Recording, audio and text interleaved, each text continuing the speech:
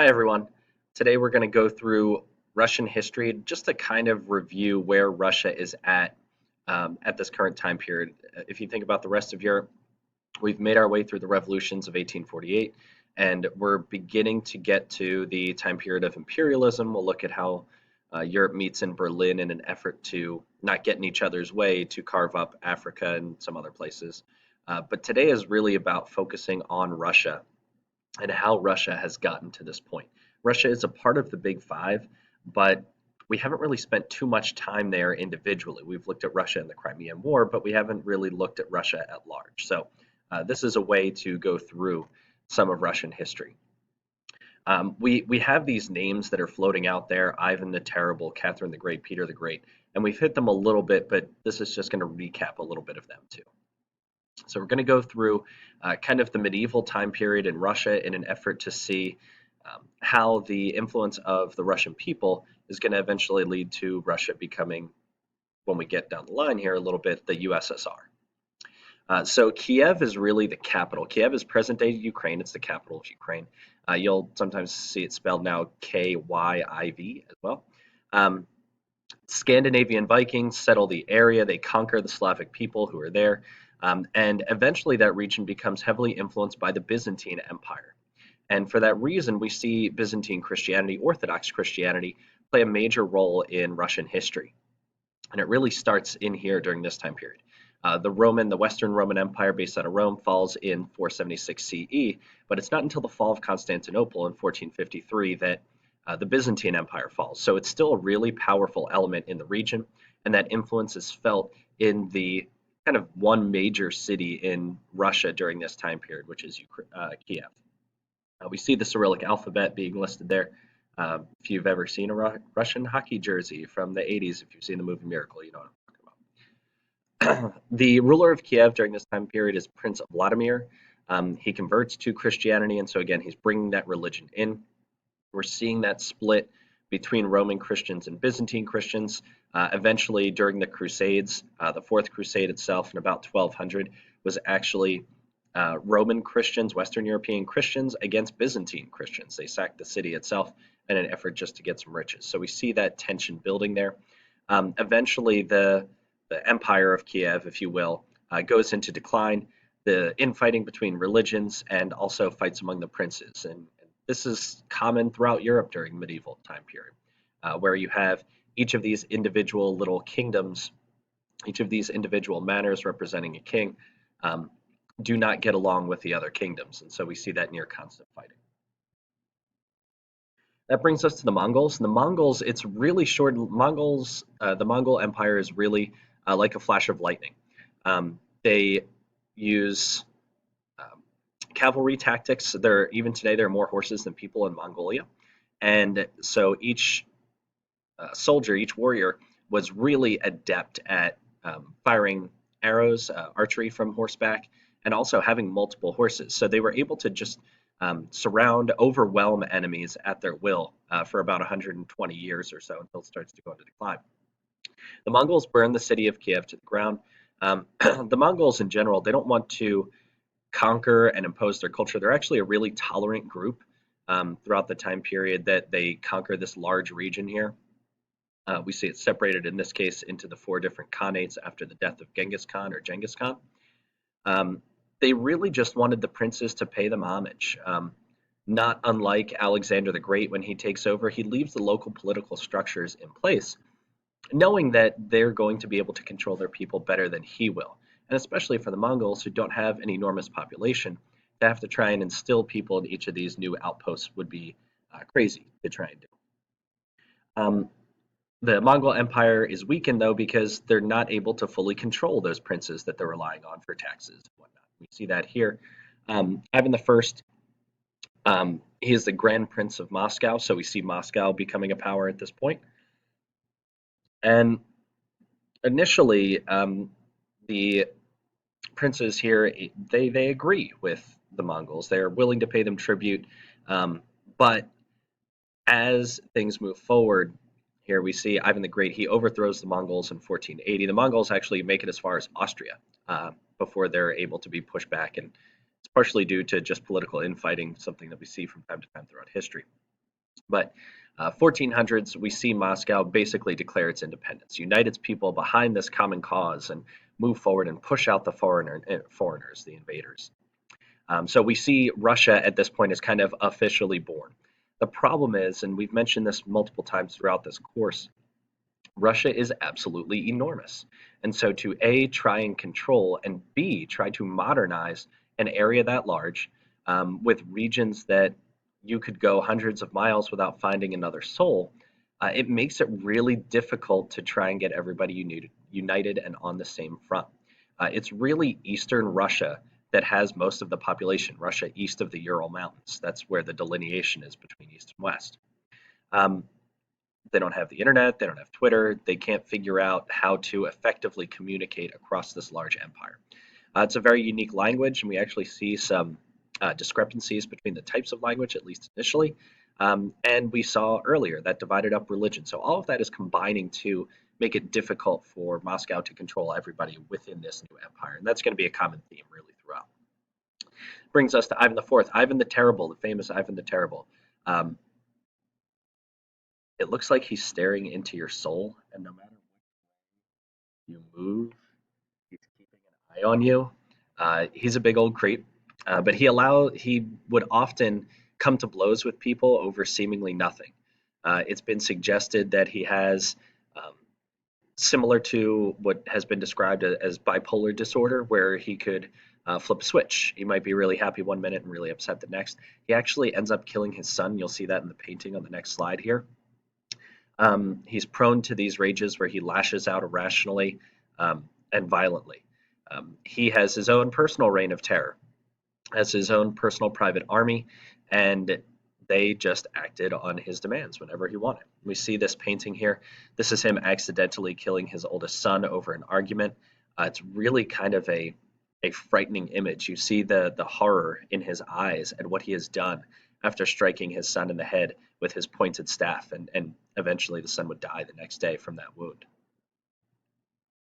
That brings us to Peter the Great. So this is a different ruling family. The Romanov family will rule for the next 300 years, and Peter the First is enormous. He's 6'9". You can see he strikes a very handsome figure. Um, he is prone to fits of epilepsy, again, a very poor temper, paranoid. We see some common elements throughout some of these Russian leaders. Um, his goal is to modernize Russia, and we talked about him prior. The building of St. Petersburg, the idea of westernizing, getting rid of the beards. You see the difference between Ivan the Terrible and his great beard, and then we see Peter the First, who has no beard, clean shaven. So he's trying to modernize. He greatly admires the Western European culture during this time period. But in addition to trying to westernize, he also is trying to make gains economically for Russia. So we see the establishment of shipping ports in an effort to try and ensure that Russia can have sustainability and viability in the European marketplace. We see a couple of wars to help him get there. First against Sweden, trying to conquer land in the North Sea to give them a better outlet there. And then the building of St. Petersburg moves the capital there. It eventually is going to kind of bankrupt the Russian economy. But hey, that's besides the point. Westernization, cool. Builds the first navy, makes modernization develops modernization within the court system. Again, the idea that you're trying to make yourself look more traditionally European. In order to do this, obviously, he heavily taxes the people. Um, if you have kids, if you have a beard, this leads to poor living conditions. And so, for many people, in order to be successful here, you have to have serfs. You have to have these indentured servants that were so ubiquitous to the medieval time period within Europe. But here we are, 200 years after the Renaissance, and we're still seeing serfdom in Russia as a viable economic format. Um, that brings us to Catherine. She's married to the grandson of Peter, and he's got some problems himself. She eventually has him murdered by a personal guard. She expands, she continues to expand, and we talked about how Catherine really wanted to be this enlightened absolutist and corresponded with Voltaire and had all these great ideas for natural rights and things. But in practice, she was actually very autocratic. My way or the highway. She's noted for, besides gaining all that land, for having multiple affairs. multiple children from different men, and it's rumored that even her son, her first son, her eldest son, is not actually fathered by Peter III. So that creates some confusion as to who should actually take over the throne after she's gone. And in fact, there's a guy who comes later who claims to be the actual son, and there's all this confusion over who this dude actually is. But 34 million slaves, 34 million serfs, really. So it's kind of like a hybrid of slavery and indentured servitude. Um, Loses touch with the Russian culture. Again, she's trying to make it more Western European. She really idolizes the Western European thinkers, the Enlightenment philosophers. Um, this is going to, in part, lead to why the Russian people so distrust the rest of Europe, really, for the next 200 years or so. We see the expansion of Russia there. You can see after Catherine the Great, we see this move into Poland. And we've talked already about how Poland, it all starts with Poland. We see problems with Poland, the partitioning of Poland multiple times. The other European countries just like, hey, that land looks pretty nice. It's ours now. And even during the time period where we see nationalism grow, that's not going to change. That brings us to Alexander the First. Alexander the First is the grandson of Catherine. Um, Actually, she advocates for Alexander the First to take over because she's concerned that her sons aren't going to be able to do the job, and so she pushes for him. Alexander the First takes over. He's attempting to reform this autocratic government, um, but we'll see it is a really difficult proposition. Eventually, we see the Decembrist revolt after his death. The military tries to take over. Eventually, Nicholas I assumes power. He's the son of Alexander. Um, this then, in order to reestablish control, has to reestablish all of those autocratic things in an effort to try and make sure that there is strict control kept. Results: banning of Western books, censorship. We see these things throughout history in an effort to control information, whether it is Charles X doing it in France after the French Revolution with his four ordinances, or we see it here with the Decembrist revolt. Secret police, again, another thing that we've looked at throughout history, trying to keep absolute power. You have secret police, you have people spying on each other, so on and so forth. Encourage these anti-Semitic pogroms. Um, this is going to be common really throughout the next 100 or so years in Russia. And as a result, we see an influx of emigres leaving Russia to go to Germany. That brings us to the Crimean War. We already talked about this quite a bit. So if we look at our map here, Ottoman Empire, it's really Russia trying to become a major player on the European stage. Again, here is the peninsula of Crimea. Here's Sevastopol. The siege that we discussed is going to occur there. That's the charge of the Light Brigade. But we see fighting going on all over, and really what happens is Russia becomes incredibly weakened as a result of the Crimean War. It's almost like they tried to jump in and play with the big boys and couldn't handle it.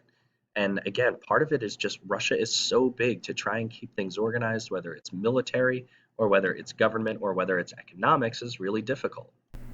And so after the Crimean War, Russia kind of goes away-ish.